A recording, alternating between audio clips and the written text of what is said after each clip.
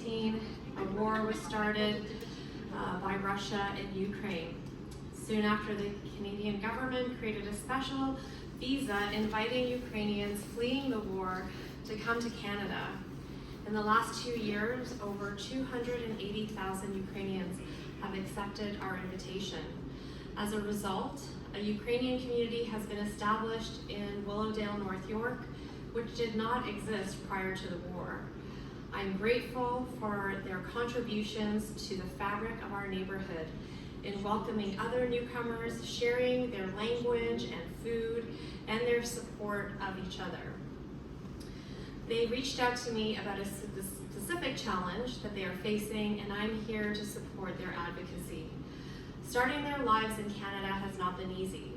Many have had to overcome trauma and language barriers, and now we have a group of young people who have embarked on their educational journey in Canada and encountered an impossible gap as they try to find a way forward.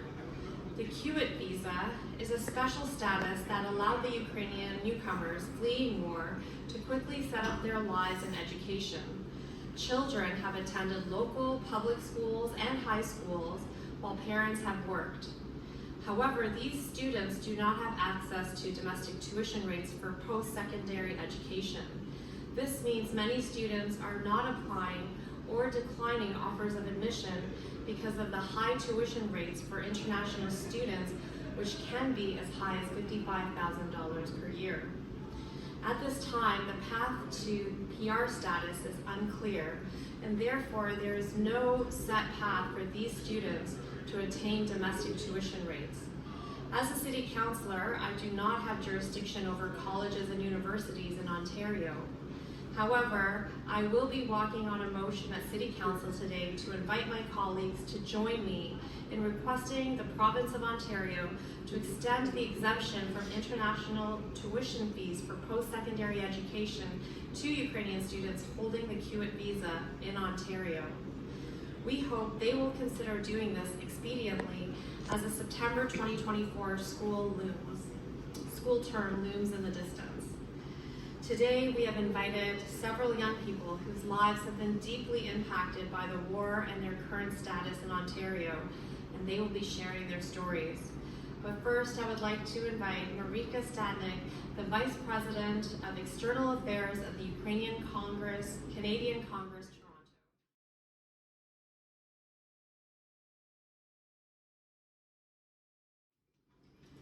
So, first of all, I'd like to say that I greatly appreciate the councillor and Helen for reaching out to the Ukrainian Canadian Congress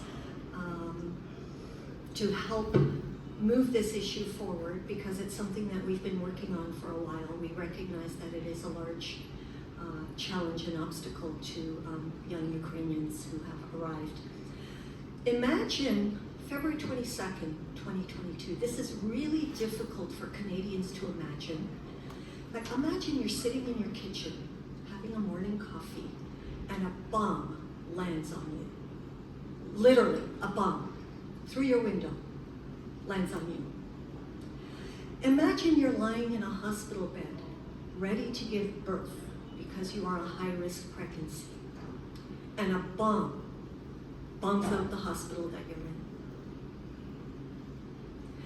Imagine you are a young mother walking your child to school, and a bomb lands on your child and kills her. How do you get through your day and your life, for that matter, after that? These are all factual, true stories that actually happened when the war broke out in Ukraine in February of 2022. As Canadians, we were called to action, because that's what Canadians do, to help Ukrainians get through the war period. We welcomed Ukrainians under the CUAET visa. The CUAET visa was, as Councillor Cheng mentioned, it was a specially formulated visa, especially for Ukrainians fleeing the war. Because you have to really, this is the difficult part for people to understand. Many Ukrainians, I'd say most Ukrainians, and most of you here today, do not even have a home to go back to. It's a pile of rubble. Cities and towns have been eliminated to piles of rubble. There is no home to go back to. So this is what we have to understand as Canadians, that we are helping people move forward in their lives under tragic circumstances. The CUAET visa allowed people to come to Canada for 3 years under special work permit status. But there's something in that CUAET visa that prevents young Ukrainians from accessing post-secondary education at the domestic fee rates. I know personally that young Ukrainians were reaching out to me as early as March and April of 2022 because they had arrived in Canada and then finished off their high school diplomas, whether here, I know that some of them were reaching out to me because they had just finished their 6 OSSD credits and were ready to move on. Many Ukrainian students diligently completed their studies online while here and obtained their Ukrainian high school diplomas and were ready to move on. And we quickly saw that this is going to be a huge obstacle for many people. We have been advocating for fairness for CUAET visa holders to be able to access domestic tuition rates. We've approached the different levels of government, we've had discussions, and as I explained to Helen, I think we have to continue to fight for this fairness for domestic tuition fees for young Ukrainians as long as it takes. So I really thank everybody for their efforts today. Councillor, thank you so much for your support. And I think if we get people to understand, that's why I'm very happy that there are some young Ukrainians who are experiencing exactly what I have just described to you. And I've heard many of these stories also. I think we have to look at it through this lens of we are helping people move forward under tragic circumstances. Thank you very much.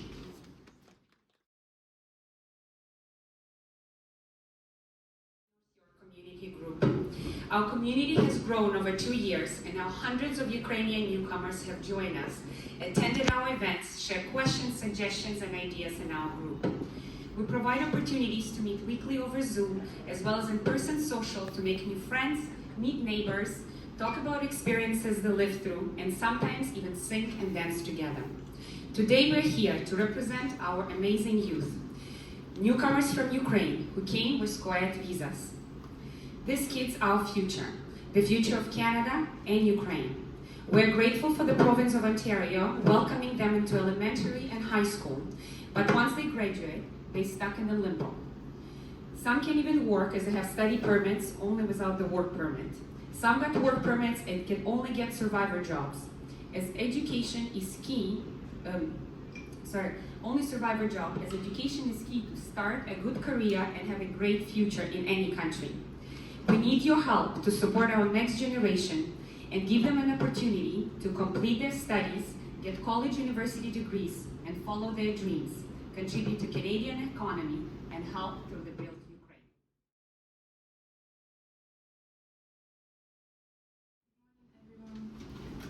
My name is Elizabeth, and I'm one of the many youth who arrived to Canada by CUAET visa. I'm 18 years old, and I'm from a beautiful city near the seashore, Odessa. My family is partly apart now. Part of my family is now in Poland, and part of it is now in Odessa, Ukraine. When I see the news that are on the websites of Ukraine, my heart always hard because of the news about attacks on Odessa and Ukraine.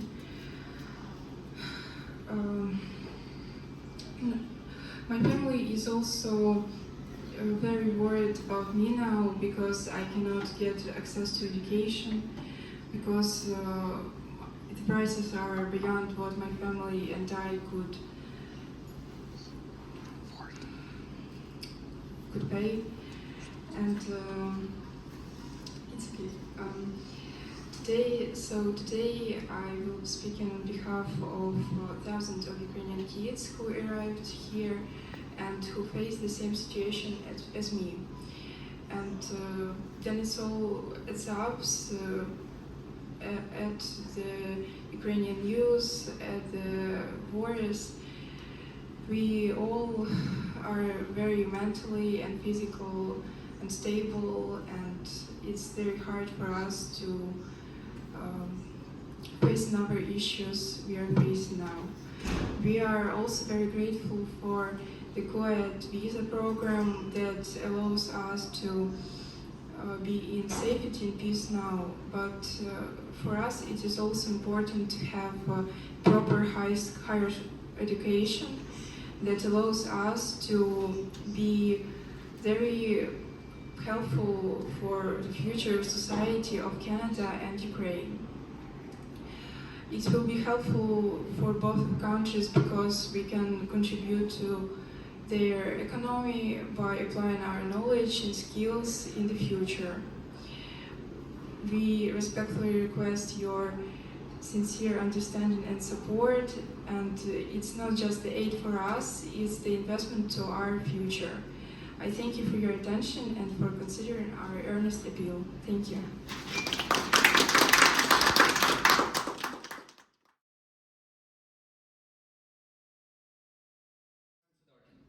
And as many of you know, I'm Ukrainian, of course, why else gonna I stay here? I'm from Odessa too, and a few years ago when the war started, me and my mom and my siblings, we collectively moved to Canada. Back in Ukraine, we had a small farm, but due to the circumstances, we had to sell the land and fire the workers. Currently, I'm a grade 12 student, and I have a dream. I want to study political science, and I want to become a politician to change the world and make the difference. And you know, recently I got an offer from one of the Canadian universities, and they say, yes, great, you're in! But they said, you have time until June to choose, are you gonna be our student or not? And I think I'm gonna decline the offer. As many of you know, to qualify for the local tuition rates, you need the permanent residency, but it takes up to 3 years to obtain. And despite me working hard and saving money, $55,000 tuition fee just for the first year is impossible. I want to pursue my passion for politics and contribute to the prosperity of this great country. However, currently I'm trying to figure out how I'm gonna pay for the university. This challenge is deeply felt by every Ukrainian student all across the Canada. Even if we would work twice as hard, covering the first year tuitions is still impossible. That's why I stand here in front of you today, along with many other Ukrainian students all around the Canada, begging you for the light of hope for our future and prosperity in this glorious country. Thank you.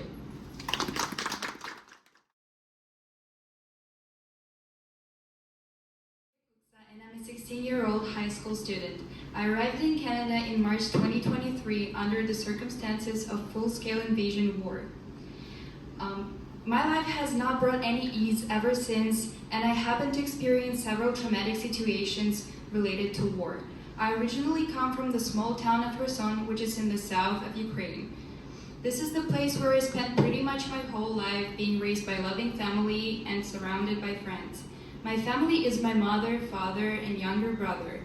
I'm really lucky to have them here with me in Canada today, which I can't really say about my grandparents because they're still left in Ukraine.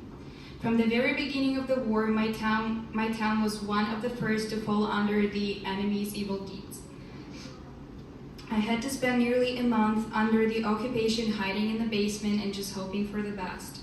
Those 30 days were full of nightmares and constant danger that had definitely left a major impact on my mental health and overall world perception. Now, when I'm all safe and ready to develop, I'm pursuing a dream of becoming a police officer. This isn't much left, just grade 12, and then I'd have to consider applying for colleges and universities.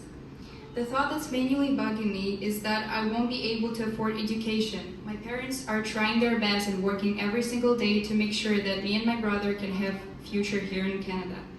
And I, on the other hand, also want to give back to society and bring safety in this beautiful community. So you can see that there are many young people. These are just 3 stories of lives that are in suspension. They can't move forward. There's no clear path. And I think we extended a tremendous amount of compassion during the time that the war started by creating the CUAET visa. And the right thing to do is to make sure that these young people who have so much potential have a pathway to continue their education where they have decided to plan their lives here in Canada. So thank you so much. To allow Ukrainian students who arrive by CUAET study at domestic tuition rates, as now we are currently asked to pay international tuition fees. Thank you for your help and support.